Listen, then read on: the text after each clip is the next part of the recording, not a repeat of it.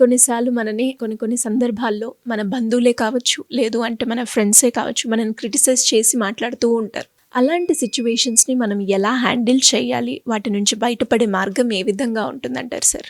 Criticise చేసేటప్పుడు ఏంటంటే కొంత రియాలిటీ ఉందో లేదో చెక్ చేసుకోవాలి.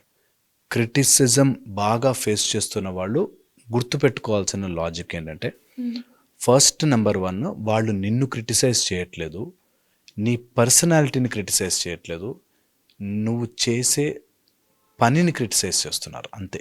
సపోజ్ నువ్వు ఒక ప్రాజెక్ట్ తీసుకున్నావు, ఆ ప్రాజెక్ట్ సక్సెస్ కాలేదు, నువ్వు వేస్ట్ రా, నువ్వు ఎందుకు పనికిరావరా, నువ్వు చేయలేరురా, ఇదేదో అన్నారు అనుకో. సో వాళ్ళు క్రిటిసైజ్ చేసింది నువ్వు ఆ పని చెయ్యలేకపోయావని, నిన్ను కాదు, నువ్వెప్పటికీ చెయ్యలేవని కాదు, నీకు చేత కాదని కాదు. చాలామంది అందులో పడిపోతారు.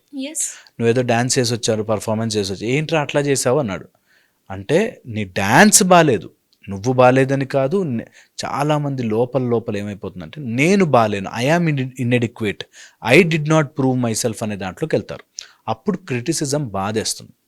దీన్నే ఈ మధ్య మాట మార్చి ఫీడ్బ్యాక్ అంటున్నాం. ఓకే, ఈజీగా ఉంటుంది. ఎవరో నన్ను ఎక్కిరించారు అనే కంటే, నాలో ఏదో బాలేదన్న విషయం నేను బెటర్ అవ్వడానికి చెప్తున్నారు.